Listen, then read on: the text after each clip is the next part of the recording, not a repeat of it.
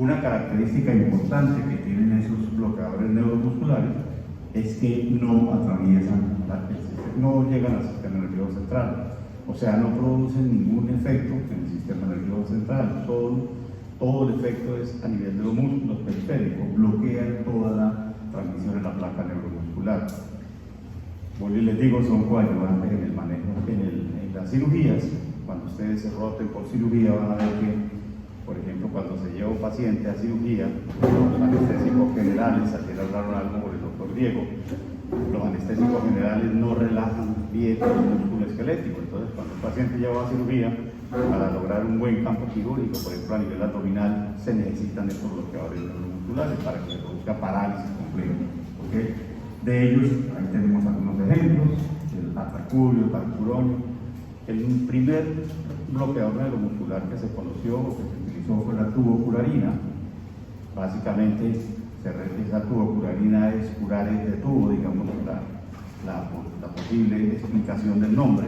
¿Y por qué curare de tubo? Porque los indígenas en la zona amazónica, en la selva amazónica en Sudamérica, los indígenas utilizan el curare para cazar. El curare es extraído, es un veneno extraído de unos bejucos que se consiguen en la selva amazónica, y los indios lo que hacían era juntar las flechitas con ese veneno y cazaban el animalito produciéndole parálisis.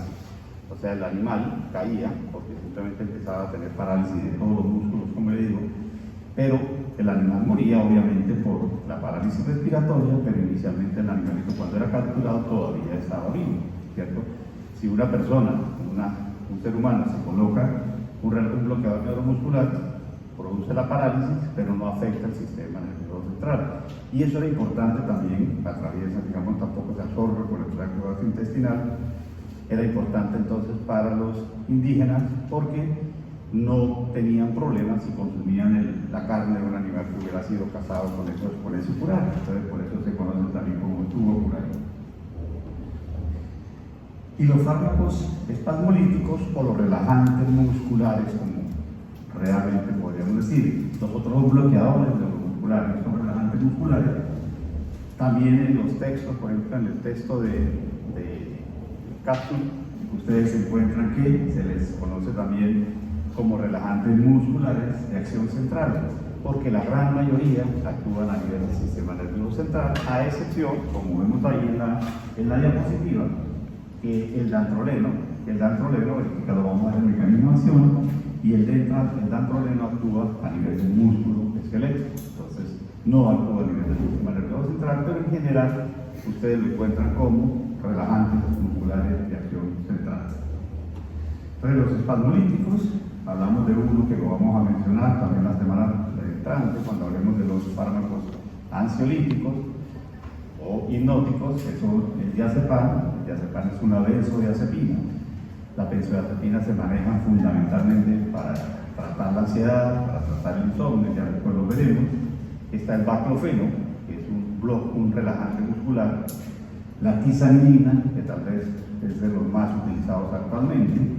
El dantroleno, como les decía yo, que es el que afecta o actúa a nivel del músculo esquelético. Y por último, la toxina botulínica. Ustedes seguramente han oído mencionar mucho la toxina botulínica, porque se utiliza no tanto, aunque tiene indicaciones médicas, por supuesto que sí, ¿no? Por ejemplo, para manejo de la espasticidad, ustedes seguramente han visto pacientes con parálisis cerebral en los cuales los movimientos anormales del cuello son muy intensos, a veces muy dolorosos. Entonces, para manejar esos cuadros de espasticidad tan severa, se puede usar la toxina botulínica, ¿cierto? Pero se usa más que todo con fines menos médicos, sino más estéticos, ¿no? Ustedes saben que la toxina botulínica, el famoso Botox, se lo usan para disimular las líneas de expresión. Lo que hace realmente la toxina botulínica es que en el sitio, en el grupo muscular donde se coloca, ella impide la liberación de la acetilcolina, impide obviamente la contracción de la actividad en la placa neuromuscular y produce parálisis del músculo. Por lo tanto, la línea de expresión se disimula, no es que quite las arrugas, no va a quitar. Y tiene la otra inconveniente para el uso estético, es que el efecto no es permanente, ¿no? El efecto pasa después de un tiempo, más o menos unos 6 meses máximo ya Y los otros, que tal vez los más conocidos, ya menos usados, que son el carisoprolol, la cloxoxazona, el metocarbamol, la ciclohexapirina, que ustedes seguramente los han visto en algunos fármacos que se utilizan para manejar esos cuadros dolorosos, ¿no? Aunque ya se duda mucho realmente que tengan un efecto relajante muscular real, porque básicamente se asocian a analgésicos, tipo acetaminofeno, tipo ibuprofeno, el metocarbamol, que es el más utilizado. ¿Okay? Las primeras que vamos a hablar, las demás entradas lo vamos a mencionar otra vez, que son el diazepam. El diazepam es una benzodiazepina. Las benzodiazepinas facilitan la acción del GABA en el sistema nervioso central. Lo que hacen las benzodiazepinas, y seguramente ustedes se acuerdan cuando vimos al principio que veíamos mecanismos de transmembrana, teníamos ejemplos baclofeno, teníamos en un taller, un taller que hablábamos del baclofeno, del diazepam, ¿cierto? Lo que hace el diazepam, las benzodiazepinas en general, es actuar sobre las sinapsis GABAérgicas. Lo que hacen son análogos, digamos, favorecen la apertura de los canales de cloro mediados por el GABA, ¿cierto? Y al favorecer eso, obviamente, que van a producir un bloqueo de la transmisión nerviosa. Tienen actividad antiespástica. El que más utiliza es el diazepam, aunque hay muchas benzodiazepinas, después las veremos, ¿cierto? Y puede utilizarse en cualquier tipo de espasmo muscular, e inclusive se puede utilizar en pacientes con espasticidad. Recuerda que la espasticidad es la que acompaña a problemas neurológicos, ¿cierto? Mientras que el espasmo muscular generalmente se asocia con malas posturas, con dolores al famoso lumbar, ¿no es cierto? El problema de la benzodiazepina o el diazepam es que produce sedación, ¿sí? Inclusive las dosis que requerimos para el manejo del dolor o del aumento de tono producen sedación, porque básicamente el efecto o el uso más importante de la benzodiazepina es precisamente como sedante o como ansiolítico o por el manejo de la hipnosis, ¿cierto? Por el efecto sobre el GABA, pero tiene un efecto antiespástico y tiene un efecto como relajante muscular. El otro es el baclofeno. El baclofeno también actúa a nivel del sistema nervioso central. Lo que hace el baclofeno, a diferencia del diazepam o de la benzodiazepina, es que actúa sobre los receptores GABA, digamos nosotros. El diazepam actúa sobre los receptores GABA y el baclofeno sobre los GABA, y lo que hace es, tiene una función más tipo inhibitoria medicinal. Como vemos en la diapositiva, lo que hace el baclofeno es reducir la entrada de calcio, y al reducir esa entrada de calcio disminuye la liberación de neurotransmisores excitatónicos, ¿cierto? El cerebro y la médula. Entonces, las benzodiazepinas actúan favoreciendo la inhibición, favoreciendo la acción del GABA, mientras que el baclofeno actúa inhibiendo la excitación, ¿no es cierto? Pero ambos, obviamente, si ustedes recuerdan en fisiología, el arco reflejo, ¿no es cierto? Ambos van a disminuir en últimas el tono muscular, ¿ok? Ahí dice una cosa importante, que verificábamos, digamos, el efecto, el mecanismo de acción del dantroleno. En general, todos los bloqueadores, todos los relajantes musculares, producen sedación, ¿cierto? Y todos los relajantes musculares, de todas maneras, al reducir el tono muscular, pues tienen algún efecto sobre la fuerza muscular. Pero el dantroleno tiene mucho mayor importancia en ese sentido de que reduce la fuerza muscular. Vemos las dosis, no es que hagamos tanto énfasis. Importante destacar el baclofeno. El baclofeno generalmente no se usa, ustedes no lo van a ver utilizado en forma ambulatoria, ¿no es cierto? Porque generalmente el baclofeno se utiliza en las unidades de fisioterapia, de fisiatría, donde hay pacientes, por ejemplo, con traumas raquiomedulares, etc. Y es muy útil en pacientes que tienen espasticidades muy severas. La espasticidad en algunas personas, de pronto cuando ustedes vean pacientes con problemas de la columna, ¿cierto? Lesiones medulares, algunas personas la espasticidad es tan severa que a veces estas personas en la silla de ruedas, ustedes de pronto ven que los tienen que amarrar, porque ante cualquier estímulo producen contracciones musculares fuertes que pueden inclusive hacerlos perder el equilibrio de la silla de ruedas, por ejemplo. Entonces, en estos casos de espasticidad severa se puede utilizar el baclofeno. La otra ventaja que tiene el baclofeno es que se puede utilizar a nivel intratecal, ¿cierto? Y entonces eso reduce los problemas de sedación, etcétera, y tiene muy buen efecto muscular. Pero generalmente se utilizan en personas con espasticidades muy severas, ¿no es cierto? No es, digamos, para personas que tengan una espasticidad no tan fuerte, no es tan importante. La tizanidina sí es tal vez uno de los relajantes musculares más utilizados actualmente. Ustedes lo van a ver que se maneja mucho y seguramente lo han visto prescrito para personas que tienen, pues, por ejemplo, cuadros dolorosos, de lumbalgia, contracturas musculares o en espasticidad. La tizanidina sirve para la espasticidad. Generalmente se utilizan dosis más altas. Nosotros no hacemos énfasis, pero para que ustedes se vayan familiarizando, la dosis habitual de tizanidina para el espasmo muscular es de 2 miligramos 2 veces al día. Cuando se maneja espasticidad se puede aumentar de hasta 4 a 8 miligramos 2 veces al día. Es una dosis mucho más alta, pero sirve para espasticidad. ¿Cuál es el mecanismo de acción? Como dice ahí, inhibe la transmisión nociceptiva en el asta de la médula, ¿cierto? Reduce la excitación y también tiene un importante efecto, o digamos, tiene efecto agonista alfa 2 central, y eso hace que también tenga efecto analgésico, que es una de las ventajas de la tizanidina, por ejemplo, con respecto a los otros, ¿cierto? Como dice acá, tiene una eficacia comparable con el diazepam, aclofenac, es decir, es un buen relajante muscular y también tiene efecto antiespástico, es decir, sirve para la espasticidad. Les hago énfasis en eso porque ahorita vamos a ver los otros que se conocen también como espasmolíticos que no tienen efecto para la espasticidad. Dentro de los efectos adversos, somnolencia, hipotensión. ¿Por qué la hipotensión? Ustedes seguramente, la tizanidina es un análogo de la clonidina. ¿Recuerdan dónde nombraron la clonidina? ¿Por ahí? ¿Recuerdan o no? Hipertensión, exactamente, ¿cierto? Es un análogo de la clonidina, y la clonidina lo que hace es que inhibe la liberación de noradrenalina, ¿no es cierto? Pues una agonista alfa-2 presináptico, ¿no? Entonces ese efecto también influye, puede uno de los problemas que puede presentar la tizanidina, el mismo efecto de la clonidina, es decir, puede presentarse hipotensión. Sequedad de boca, es obviamente que también es un efecto de pronto no tan importante, pero puede ser, ¿no? Muy bien. Y el otro relajante muscular que hacemos énfasis que no actúa a nivel del sistema nervioso central es el dantroleno. Es un derivado de la difenildilenantobina, es un anticonvulsivante, pero lo que tiene importante el dantroleno es que tiene un mecanismo de acción espasmolítico, tiene efecto espasmolítico.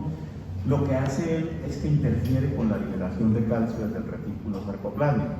O sea, si no hay calcio, pues lógicamente va a reducir la excitación, contracción de la fibra muscular. Tiene un efecto más periférico, no tiene tanto efecto sedante, o prácticamente no tiene efecto sedante, pero obviamente por su mecanismo de acción ustedes ven que la debilidad muscular generalizada pues sí es bien importante con el dantroleno, ¿no es cierto? Porque él está bloqueando la contracción muscular, ¿ok? Y otro problema que tiene el dantroleno es que puede producir hepatitis. Es uno de los problemas de él, que ha hecho que de todas maneras se utiliza, pero se usa mucho más a nivel también en los sitios donde hay pacientes con una espasticidad muy severa por el riesgo de hepatitis. No es tan utilizado, ahí está la dosis del dantroleno, pero no es que nosotros queramos, no les vamos a preguntar eso nunca, ¿ok? Entonces, esto lo que hace es interferir con la liberación de calcio. En algún momento yo les mencioné la hipertermia maligna, ¿cierto? Por ahí hemos hablado el otro día, en alguna pregunta les dijimos, ¿sí? Que la hipertermia maligna, que se puede ver, inclusive ayer seguramente con el doctor Diego mencionado el alopano, que es un anestésico general, que ya no es tan utilizado, pero de todas maneras que uno de los problemas que puede tener es la hipertermia maligna. También lo puede presentar con los antipsicóticos, que lo vamos a hacer pues la semana entrante seguramente, y que el tratamiento de la hipertermia maligna, ¿qué es lo que pasa en la hipertermia maligna? Algunos pacientes pueden hacer una liberación masiva de calcio y presentar una contracción muscular generalizada muy intensa que lleva pues algunos cambios, inclusive aumento de la temperatura, acidosis, etcétera, y el tratamiento obviamente, como ustedes ven, es el dantroleno, ¿no? Porque lo que hace es impedir la liberación de calcio desde el retículo sarcoplásmico. Entonces, pregunta de parcial fácil, cuál es el tratamiento para eso, así como las anteriores. Bueno, mentira, dirán que no, porque no les fue muy bien, pero es que no se fijaron, ¿cierto? Bueno, muy bien. Y ya mencionábamos la toxina botulínica. La toxina botulínica sirve para el espasmo muscular, generalmente local, lo usan los ortopedistas, lo usan en cuadros, por ejemplo, de parálisis cerebral, etc. El tratamiento, lo que decía, no dura, no es permanente. Eso hace que obviamente haya que repetir la inyección de la toxina botulínica. Y pues también el problema que tiene, pues cuando lo hacen con fines estéticos, pues no hay tanto inconveniente por el precio, ¿no? Pero cuando es para tratamiento médico, sí, no es barato la toxina botulínica, eso la folletica algo más de $1 millón, entonces no es un tratamiento fácil, mejor seguir arrugaditos, ¿no es cierto? Entonces dejamos la toxina botulínica para ahora. Básicamente, lo que le decía, el mecanismo de acción es que impide la liberación y lógicamente reduce también la contracción muscular, ¿no? Entonces va a impedir y va a producir una parálisis del músculo, ¿no? Los espasmolíticos, entonces ya mencionábamos que el prototipo, que es el metoprolol, ¿sí? Realmente ellos actúan más bien como sedantes, no tienen efectos sedantes y no tienen efectos para la espasticidad, no sirven para la espasticidad. Por eso, si ustedes miran en algunos textos, ya dicen prácticamente que no se consideran que sean realmente relajantes musculares, ¿cierto? Y generalmente, por ejemplo, el metocarbamol no se utiliza solo, ya se utiliza siempre asociado al acetaminofén o al ibuprofeno, porque, y entonces algunos cuestionan eso, ¿no? Dicen que más bien el efecto es un poco la sedación y también el efecto analgésico que tiene la asociación con un analgésico tipo A. Entonces no son realmente, no sirven para el manejo de la espasticidad porque no tienen realmente un efecto relajante muscular como tal. De todas maneras, digamos que pueden tener cierto alivio por el efecto sedante en cuanto se presenten las contracturas de la distensión muscular y reducen un poco el dolor y sobre todo si los asociamos a los analgésicos. ¿El meloxicam vendría siendo no, un el meloxicam es un aire, ¿no? ¿Se acuerdan? Sí, señora. El meloxicam es un aire. El meloxicam, el ibuprofeno, el naproxeno, todos son aires, ¿no? ¿Sí?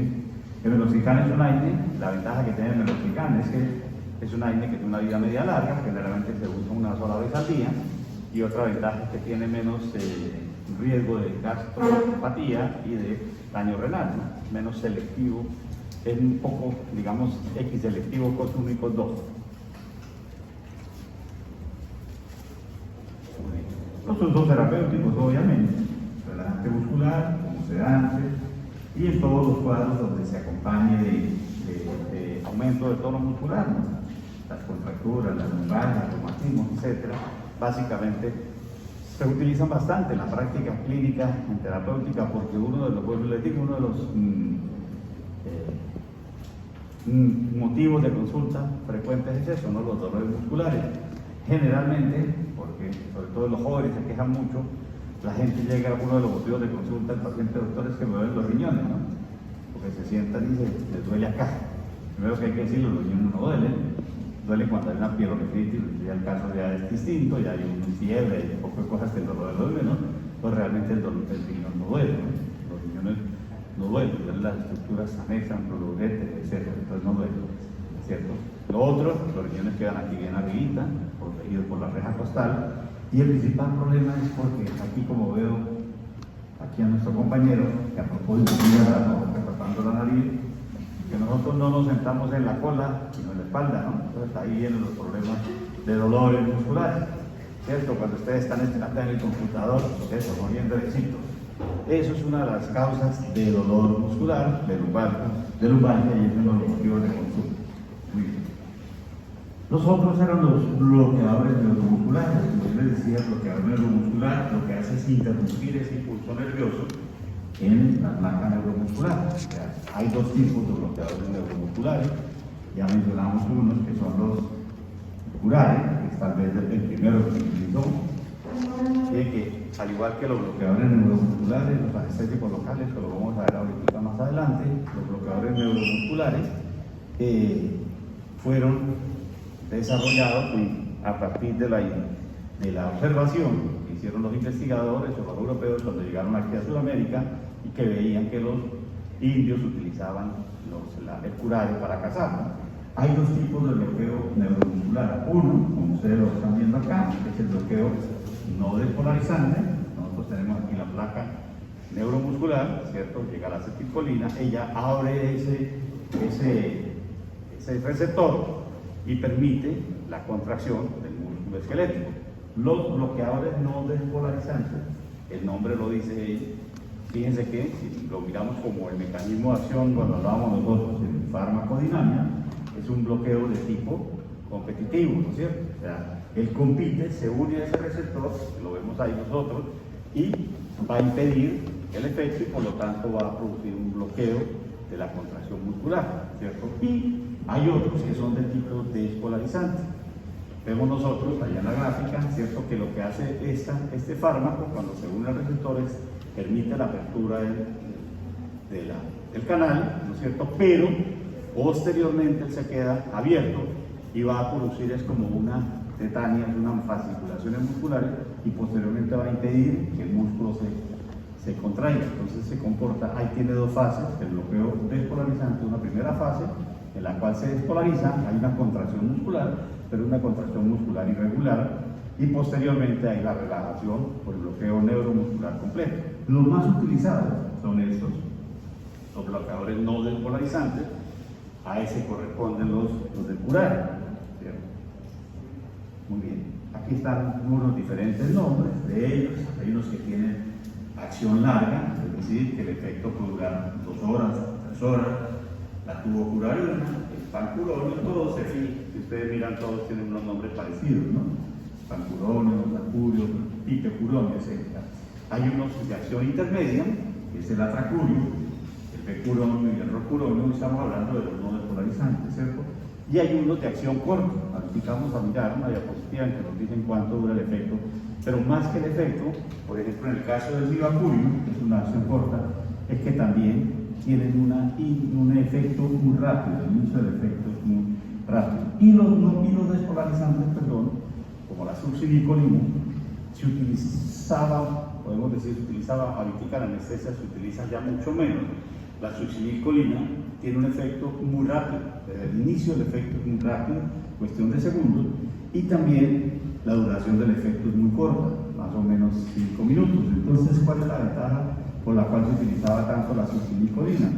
Se utiliza para la primera fase de la anestesia general, cuando se hace en cirugía, cuando el paciente va a ser llevado a anestesia general, le colocan primero un gas anestésico que le produce la pérdida de la conciencia y tienen que colocarle un bloqueador neuromuscular. Obviamente el paciente ya se ha intubado, debe intubarse, pero para intubarse tiene que estar relajado y para eso se utiliza el bloqueador neuromuscular, ¿cierto? Entonces la ventaja de la succinilcolina era esa, que le colocaban la succinilcolina y rápidamente el anestesiólogo puede intubar al paciente. Ustedes entenderán que un paciente que tenga reflejos y que tenga fuerza muscular es difícil intubar, ¿cierto? Porque lógicamente se va a defender. Entonces estos bloqueadores neuromusculares permitían eso, el efecto de la succinilcolina muy rápido, los otros pues, más demoraditos.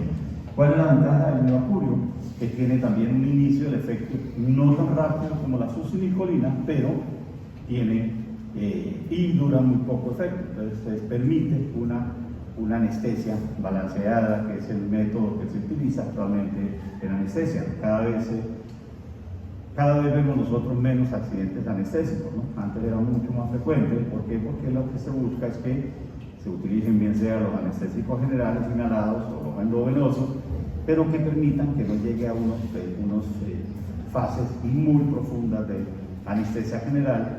Y lo otro importante es que cuando el cirujano termina su acto anestésico pueda rápidamente revertirse el efecto anestésico general y en estos casos el efecto del bloqueador neuromuscular. ¿Okay? Entonces la succinilcolina tiene algunos problemas, por eso no se utiliza tanto. Una ventaja, ya la estábamos mencionando, el inicio de la acción es muy rápido, ¿cierto? La acción es muy breve también, 5 minutos aproximadamente, se puede estrenar, pero y básicamente porque se hidroliza por colinesterosa plasmática. tiene algunos problemas. Por ejemplo, hay eso que mencionamos ahí de enfermedad hepática, embarazo, cáncer, inhibidores. ¿Cuál es el problema? Que las personas que tengan alguna de esas patologías, ¿cierto?, pueden tener déficit de colinesterasas y por lo tanto, si tienen déficit de colinesterasas, ¿qué pasa si nosotros le colocamos succinilcolina? El efecto va a ser muy duradero, ¿no? O sea, va a durar mucho más el efecto del bloqueo neuromuscular, ¿cierto? Entonces, es un problema, por eso a los pacientes que se van a llevar a la cirugía, se les va a colocar succinilcolina, se deben medir sus niveles de colinesterasa para, si llegan a estar disminuidos, pues puede llegar a tener problemas. O el paciente que tiene, por ejemplo, déficit congénito de colinesterasa, simplemente si le colocamos succinilcolina, no va a revertir el efecto, ¿ok? Porque no se va a degradar la succinilcolina y va a durar tiempo, ¿no? Lógicamente, si utilizamos, ya veíamos cuando hablamos de inhibidores de colinesterasa, ¿cierto? Pues también el paciente va a tener problemas porque no va a degradar la succinilcolina.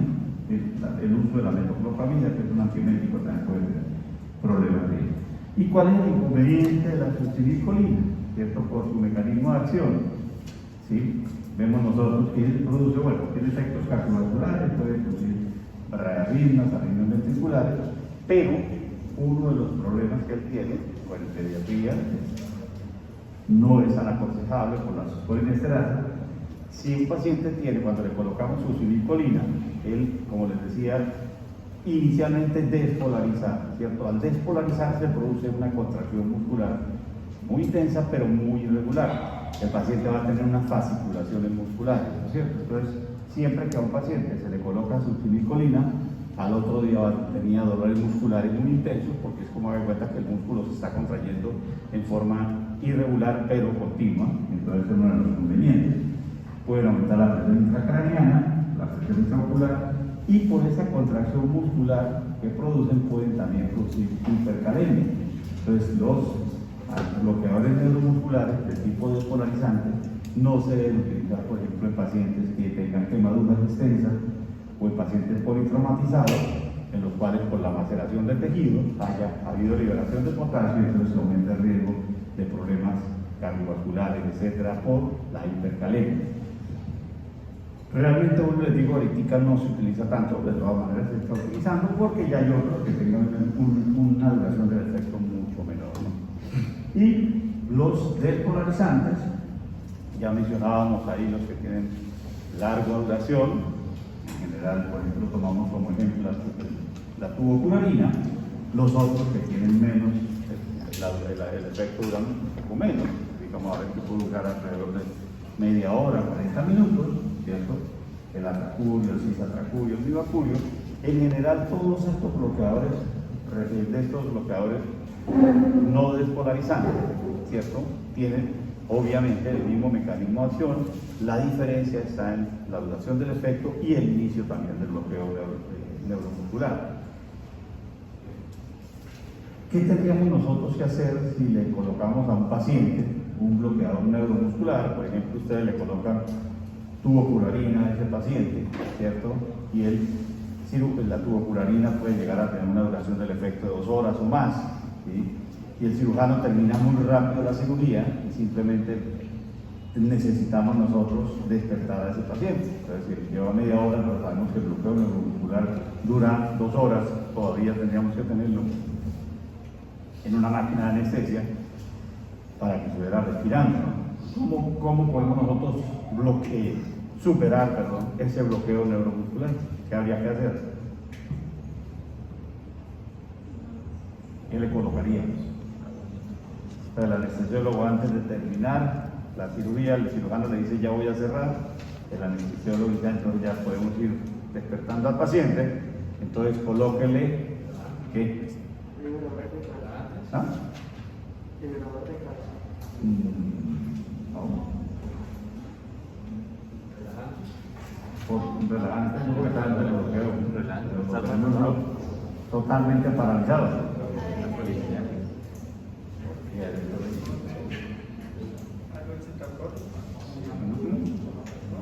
Acuérdense, yo les dije ¿qué es lo que hace estos relajantes, bloqueadores neuromusculares? El nombre lo dice, no despolarizantes. ¿cierto? ¿Cuál es el mecanismo de acción? Es un mecanismo de acción, un bloqueo de qué tipo? Competitivo, ¿no es cierto? Se une al receptor que impide que se abra el canal para que haya la contracción muscular. Entonces, ¿cómo podemos superar esto?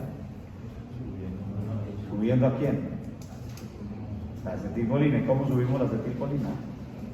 ¿Cómo aumentamos la acetilcolina? Dándole qué? Cuerda. Uy, yo le expliqué el jueves. Entonces le damos un inhibidor de colinesterasa. ¿Se acuerda que yo les dije y les mencioné? Ahí está la prostimina y la neostimina, que la prostimina se usa para superar el bloqueo neuromuscular no despolarizante. ¿Nos servirá para la succinilcolina? No es cierto, porque la succinilcolina entonces aumentaríamos nosotros el bloqueo, estaríamos dándole entonces el bloqueo neuro. Por eso les digo la importancia cuando se utiliza la succinilcolina de medir los niveles de colinesterasa, porque el paciente tiene déficit.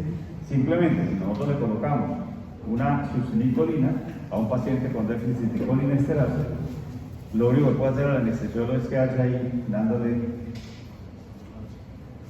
soporte ventilatorio hasta que la succinilcolina se degrada ya espontáneamente, ¿no? Porque no va a ser degradada y no podemos hacer nada más.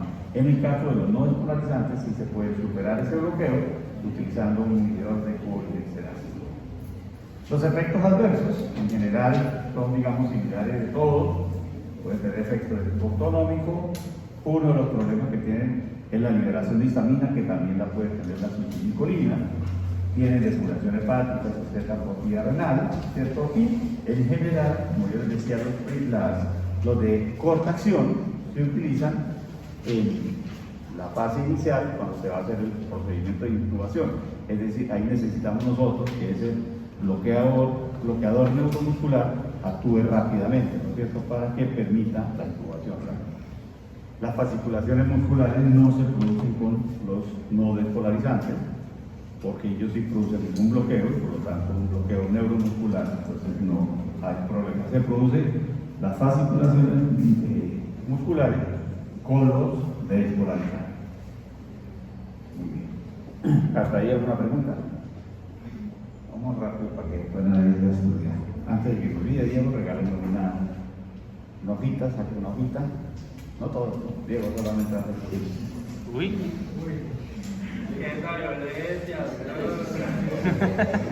¿cierto? Que nos va a regalar todos los Camacho. Representantes, más o menos. Va. Entonces, saca la hojita, pura. Pequeño o Grande. Vamos a tocar a ese Diego, ¿no?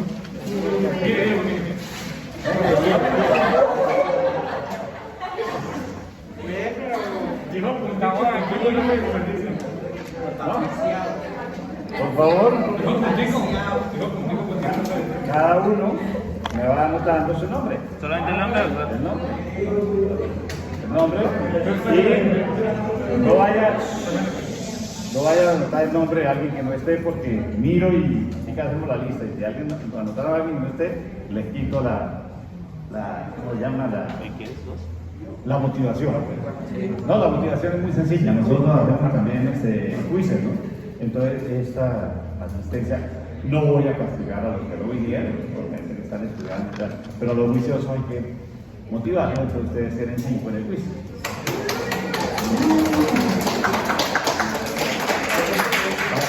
Para que no digan que sean mala gente, ¿cierto? Bueno, muy bien. Y aquí estamos mirando. Está la dosis, no me interesa, pero lo que yo les decía, por ejemplo, si ustedes miran la duración del efecto de los bloqueadores no despolarizantes, fíjense que hay algunos que pueden durar, como el pecuronio, ¿cierto?, que puede durar hasta 120 minutos, mientras que los de corta acción, como el mivacurio, fíjense que dura de 15 a 20 minutos, ¿cierto? O el atracurio, que es de acción mediana, dura entre 35 y 45 minutos, o sea que más o menos nosotros, pues el anestesiólogo puede manejar de acuerdo a lo que al paciente que va a la cirugía que vaya a hacer, ¿cierto? Y él pues, utiliza uno u otro, ¿cierto? La ventaja del mivacurio, por ejemplo, es que el inicio también es rápido, Entonces eso permite que se pueda hacer la intubación sin utilizar, por ejemplo, ácido clínico. ¿Okay? ¿Qué otra cuestión tiene importante los bloqueadores neuromusculares?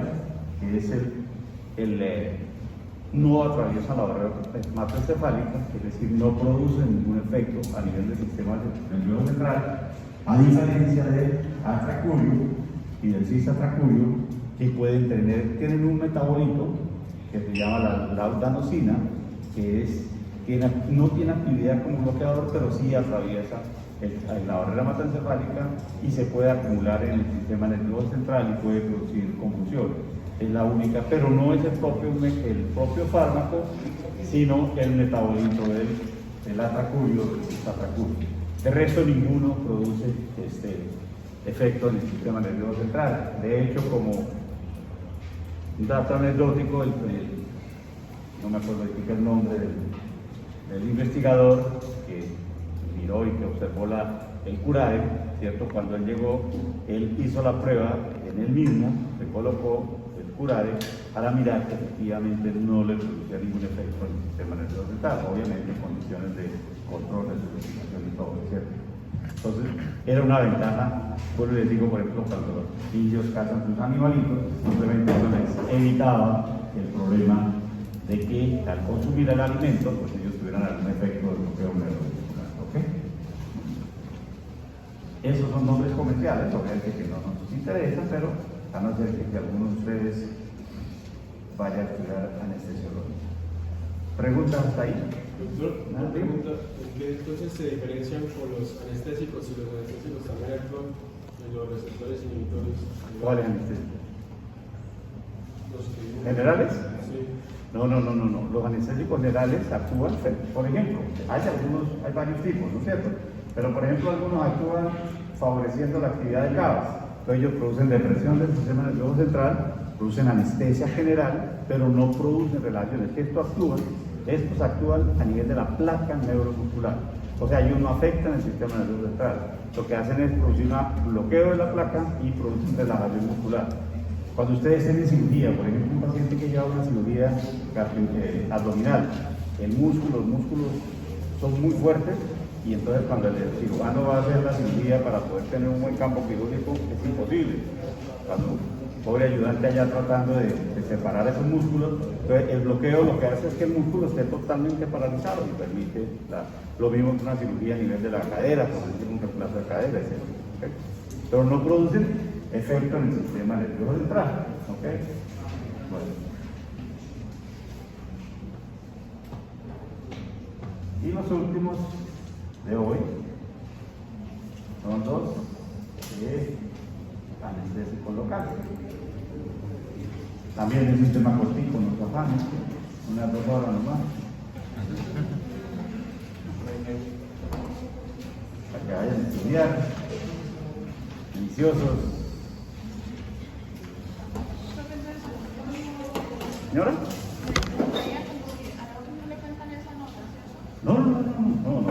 No quiere decir que los otros tengan 0, para nada. Es una nota extra. No hacemos no castigamos. Entonces simplemente el que no está, pues no tiene sentido. Bueno, muy bien. Entonces vamos a hablar de otros también que tienen que ver con procedimientos quirúrgicos, que son los anestésicos locales.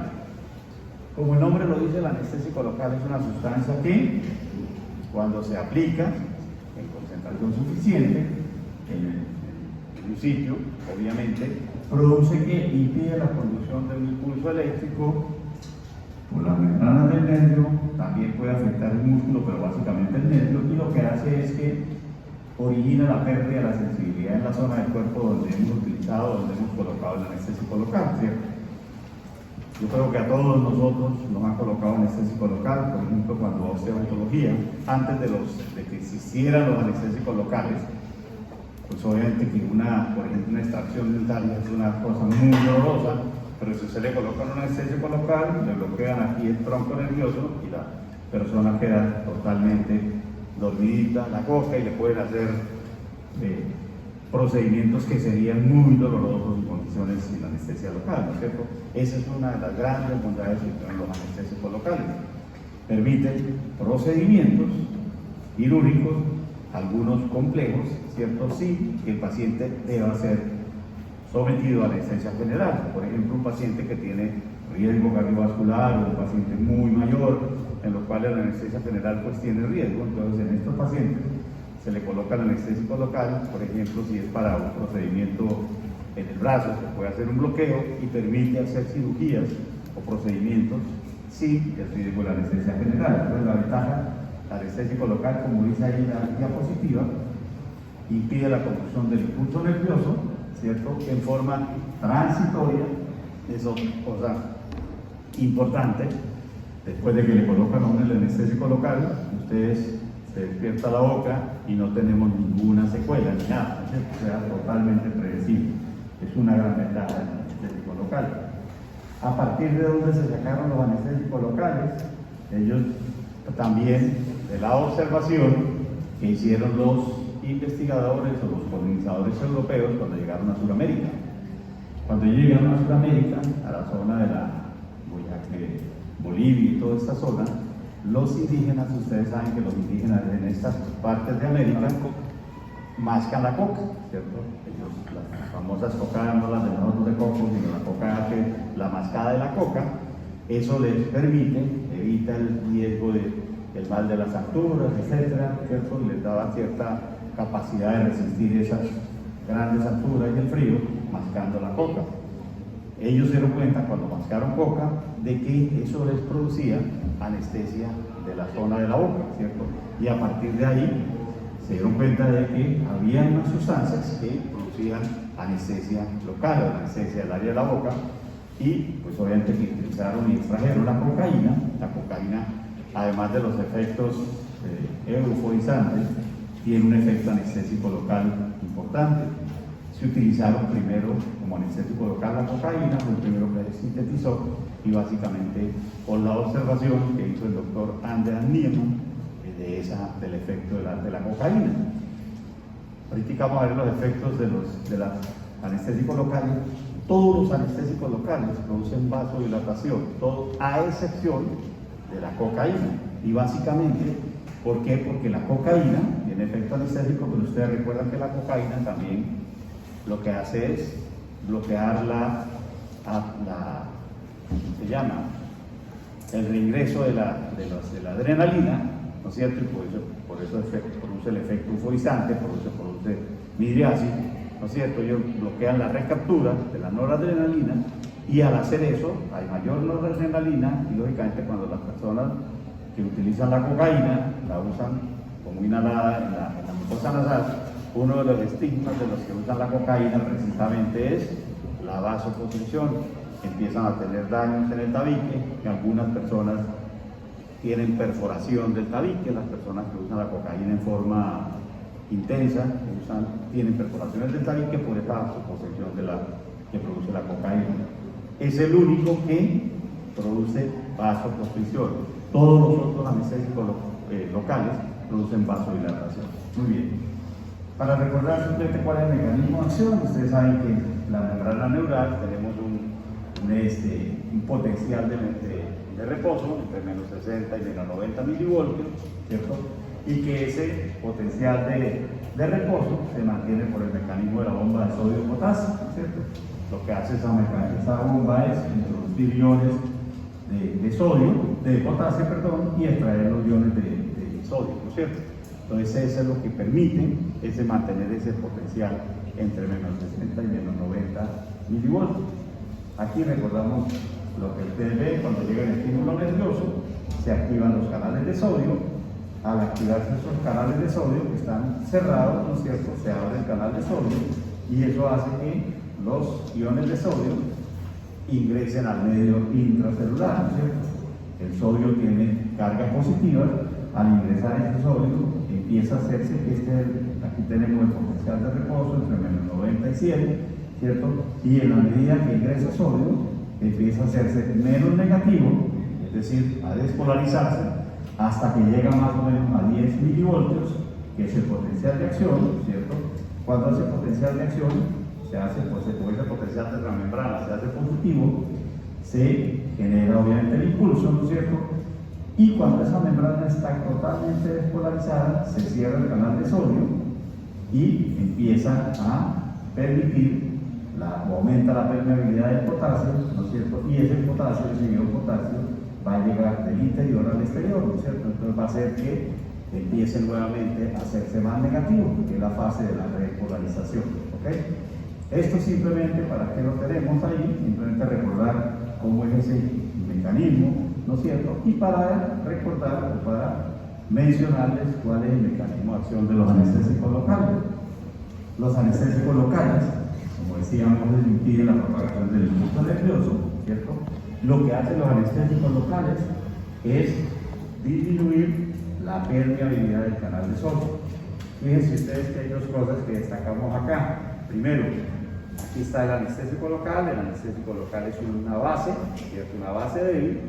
Lógicamente, para que ese anestésico local actúe, este es el interior de la membrana, ¿no es cierto? Aquí está la membrana nerviosa, y el anestésico local debe difundir al interior, allí se ioniza, ¿no es cierto? Y es la forma ionizada la que puede acceder al receptor de ese anestésico local en el canal de sodio. ¿Qué pasa cuando él se une al canal de sodio? Entonces simplemente va a bloquear la fase inicial del potencial de acción, ¿no es cierto? Bloquea el canal de sodio y va a impedir, por lo tanto, la propagación del impulso nervioso. ¿Qué es importante? Primero, el anestésico local es en la forma ionizada, aquí lo vemos, la forma ionizada es la que se puede unir al canal de sodio. Y la otra cosa importante, para que el anestésico local pueda producir el efecto que tiene que hacer, tiene que pasar a través de esa membrana, ¿no es cierto? Para que pase a través de esa membrana debe estar no ionizado, por eso lo estamos viendo nosotros ahí, ¿no es cierto? Por eso ustedes, una cosa que todos sabemos es que inclusive las personas dicen que cuando hay pus, ¿qué pasa? Le dicen a usted, no, si hay un absceso no se le puede colocar el anestésico local porque no prende, ¿no? Dice la gente, ¿no es cierto? ¿Y por qué será que no prende la anestesia? O sea, si usted tiene pus y yo le coloco en un absceso para drenar y yo le coloco el anestésico local alrededor de esta pus o ahí alrededor del área donde queremos hacer el drenaje, ¿por qué no se bloquea? ¿Por qué no hay bloqueo del dolor? Porque no ¿Ah? Están afectados los nervios. No. Porque realmente la permeabilidad Está no ionizado. ¿Ah? Porque está no ionizado. ¿Y por qué está no ionizado? ¿Ah? Para poder entrar a la membrana. ¿Pero por qué está no ionizado? ¿Ah? Yo sé que ustedes saben, a veces se confunden. Entonces, muy sencillo. ¿La pus qué pH tendrá? ¿Será ácido o básico? Ácido, ¿no? Si es un medio ácido, ¿qué pasa cuando yo le coloco una base? Se ioniza. Simplemente no va a poder hacer esto, ¿no es cierto? No va a poder ingresar. Es fácil, ¿ok? Entonces, bloqueo del canal de sodio, por decirlo de alguna forma, desde el interior, la forma ionizada es la que se une, ¿no es cierto? Pero para que llegue allá debe estar no ionizado, ¿ok? Ese es el mecanismo de acción.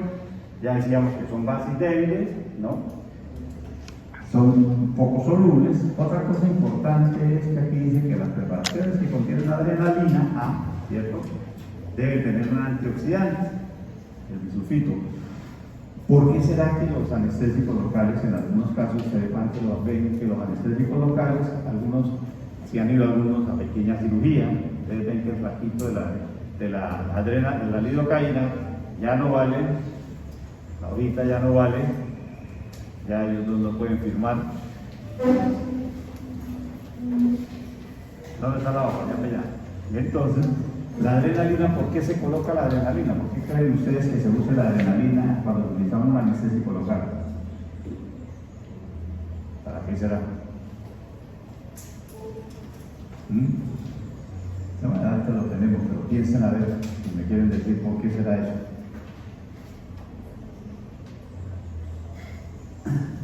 Mientras tanto vemos acá la estructura química. Los anestésicos locales son de dos tipos, ¿cierto? Básicamente por el tipo de unión que tienen de ese núcleo aromático, que puede ser un tipo éster o un tipo amida, y por eso así se clasifican los anestésicos locales. Pueden ser anestésicos de tipo éster o anestésicos de tipo amida, ¿cierto? Los de tipo éster, el más conocido, la cocaína, aunque no se usa tanto como anestésico, pero tal vez el otro conocido de tipo éster es la procaína. Y de los de tipo amida, todos hemos oído hablar de la lidocaína, ¿no es cierto? Todos hablamos de la lidocaína. Entonces, ¿por qué se utilizará la adrenalina? Para lograr el pico.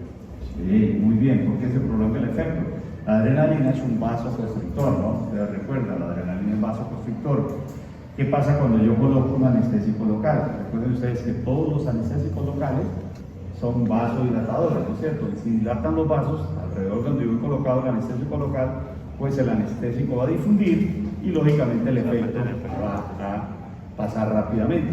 La adrenalina favorece que el efecto sea más duradero, sobre todo en sitios donde hay muchos vasos sanguíneos, donde sangra fácilmente. Por ejemplo, una herida en el cuero cabelludo es supremamente escandalosa, por decirlo de alguna forma, porque sangra muchísimo. Entonces, cuando si a ustedes le llega un herido en el cuero cabelludo y vamos a hacer la sutura, ese sangrado puede ser molesto. Entonces, si colocamos nosotros el anestésico local, además de que le dormimos el área y podemos hacer el procedimiento sin dolor para el paciente, también por el efecto vasoconstrictor de la adrenalina, el efecto del anestésico se prolonga, pero también disminuye el sangrado, que es uno de los problemas incómodos para la persona que está haciendo la sutura. Obviamente tenemos que tener cuidado en zonas donde haya riesgo y colocamos un vasoconstrictor, ¿cierto? Entonces eso es importante la adrenalina. Profe, en la procaína, ¿Cómo? ¿en qué método se puede utilizar la procaína? La procaína es un anestésico local, eso básicamente. Lo que pasa es que la procaína ya no se usa mucho. ¿Por qué? Porque los anestésicos locales del tipo éster, en general, el efecto es menos duradero, ¿cierto? ¿Por qué? Porque como veían ustedes, los anestésicos locales tipo éster son degradados rápidamente por las polinesterasas plasmáticas, ¿cierto? Entonces, el efecto de los anestésicos locales tipo éster, procaína, es muy corto, por ahí 20 minutos. Entonces, por eso se utilizan más los de tipo amida, que duran más, y aquí vamos a ver el efecto de ellos, ¿cierto? En general, bueno, veríamos nosotros que la potencia puede estar determinada por la lipofilia y lo que estábamos mencionando por el poder vasodilatador y la redistribución que ocasiona cuando colocamos nosotros un anestésico local. El nombre lo dice, ¿no es cierto? El anestésico local actúa localmente, es decir, en el sitio donde ustedes colocan. Cuando uno hace un procedimiento, la anestesia más, digamos la más usada de los anestésicos locales es la de infiltración, en la cual ustedes infiltran alrededor del sitio. Por ejemplo, si ustedes van a retirar un lipoma, etcétera, van a colocar alrededor del sitio y eso duerme esa área y ustedes pueden hacer el procedimiento sin problema. Pero hay otros tipos de anestesia, por ejemplo, los bloqueos nerviosos.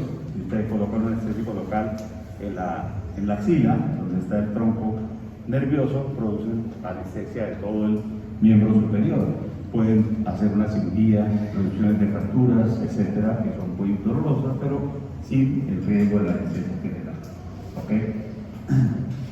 Ya les mencionaba que los de tipo éster son degradados por las colinesterasas plasmáticas, mientras que los de tipo amida tienen el metabolismo a nivel hepático, en general duran años, todos se sientan por vía renal. Bueno, en cuanto a ya mencionamos esto, digamos que la calidad del anestesio o el bloqueo anestésico depende también mucho del volumen o de la concentración del anestésico local, ¿no? Usualmente, lo ideal, cuando uno usa un anestésico local, lo ideal es colocar cantidad suficiente entre el área donde va a hacer la infiltración para que no tengan que estar colocando varias dosis del anestésico local. Cuando uno coloca varias dosis del anestésico local, los fenómenos de amortiguadores hacen que haya mayor ionización de las inyecciones repetidas, por lo tanto podemos nosotros disminuir el efecto del anestésico local. Aquí están los tipos que se hacen de anestesia. Ustedes recuerdan la epidural, la subarachnoidea, la periférica, etcétera, todos los bloqueos nerviosos que puede colocar a nivel epidural, por ejemplo, para cirugías ginecostétricas, etcétera, ¿no? La cronología del bloqueo es de acuerdo al diámetro de la fibra. Las primeras que se bloquean son las fibras más delgaditas, la fibra B, que se produce vasodilatación, ¿cierto? Las fibras A y delta, viene la pérdida de la sensación, temperatura y obviamente el bloqueo del dolor, ¿cierto? Después las fibras A y gamma, que viene la pérdida de la propiocepción, y por último la sensación del tacto y la pérdida de la motricidad. En general, el anestésico local a las dosis para que producen la anestesia, o sea, que producen el bloqueo del impulso nervioso, del dolor, no afectan la motilidad. Pero, por ejemplo, cuando se hacen cirugías, por ejemplo, un reemplazo de rodilla, se puede hacer con una anestesia epidural, ¿no? O raquidia epidural, más que y permite una cirugía esa que ustedes entenderán que es bastante dolorosa y el paciente está completamente despierto, ¿no? Generalmente lo sedan para que no tenga nervios, etcétera, pero permite cirugías muy grandes que en otras condiciones tendría mayor riesgo, ¿no es cierto? Esa es una de las grandes ventajas de la anestesia general. En esos casos se va a bloquear, obviamente, y ahí también afecta un poco la motricidad. En ese caso sería favorecida por eso, ¿no es cierto? La lidocaína, por su efecto sobre el canal de sodio, también puede tener efecto antiarrítmico, se usa como antiarrítmico, es tal vez el único que se utiliza. Y aquí está la duración del efecto. Fíjense que, por ejemplo, si ustedes miran la lidocaína, puede durar hasta 120 minutos, es decir, yo puedo hacer un procedimiento relativamente largo, ¿cierto?, con lidocaína. Una cirugía de 120 minutos, por decir una extracción dentaria que se puede demorar 30, 40, 50 minutos, se permite con un anestésico tipo de estos, lidocaína. La bupivacaína se utiliza más a nivel obstétrico, ¿cierto? Y fíjense que puede llegar a durar bastante tiempo, ¿no? Permitir cirugías bastante prolongadas sin el riesgo, les digo, de la anestesia general, que es uno de los grandes problemas. En cuanto a las reacciones alérgicas, es importante destacar eso. Las reacciones alérgicas con los anestésicos locales son raras, pero son muy frecuentes, o mucho más frecuentes con los de tipo este. Es decir, con la procaína hay mayor riesgo de que presenten reacciones de tipo alérgico, ¿cierto? O reacciones de hipersensibilidad. En algunos pacientes pueden llevar a haber irritación transitoria radicular. Pacientes, después de que le colocan la anestesia, algunos pacientes pueden quejarse de dolor o de tipo ardor en la zona donde colocaron el anestésico local, pero eso generalmente es muy poco frecuente, menos del 5%, y también es transitorio, no es permanente, ¿no es cierto? Puede haber toxicidad sistémica, ¿cierto? Aturdimiento, tinnitus, sabor metálico, alteraciones, puede llegar hasta haber convulsiones. Sobre todo esto se puede presentar esto y los fenómenos cardiovasculares serios cuando se coloca, por ejemplo, anestésico en un tronco vascular nervioso, por ejemplo, a nivel de la axila, que se coloque inadvertidamente el anestésico local dentro del vaso sanguíneo. Es mucho mayor el riesgo de que presenten ese tipo de efectos adversos graves, tipo convulsiones, no tanto en las dosis habituales, ¿no es cierto? Muchas veces muchos de los efectos esos de aturdimiento, etcétera, más es por reacciones de tipo nervioso de los pacientes que realmente afectan la anestesia. Y a nivel cardiovascular, sobre todo cuando se colocan anestésicos potentes y que duran mucho, por ejemplo la bupivacaína. En estos casos lo que se hace es hacer un tratamiento preventivo. Por ejemplo, una señora que vaya a ser llevada a un tipo de cirugía o que vaya a llevar una cesárea, para evitar pérdida del tono vasomotor con la aplicación del anestésico local, lo que se hace es colocar, antes de eso, se colocan líquidos para que evitemos esa hipotensión o esa pérdida del tono vasomotor. Es una forma de evitar eso, de tener un tratamiento como preventivo, ¿no es cierto? Más que, okay. Bueno, muy bien, no creo que esté más, fíjense que era cortito, un poco más rápido para que ustedes puedan descansar. Mañana yo les iba a hacer un taller, pero se dieron cuenta que ustedes la mente está por allá en otro lado. Entonces yo les mando talleres y ustedes lo desarrollan para que no tengan que venir y puedan estudiar semiología, que es la difícil. Con la rápida. Bueno, gracias.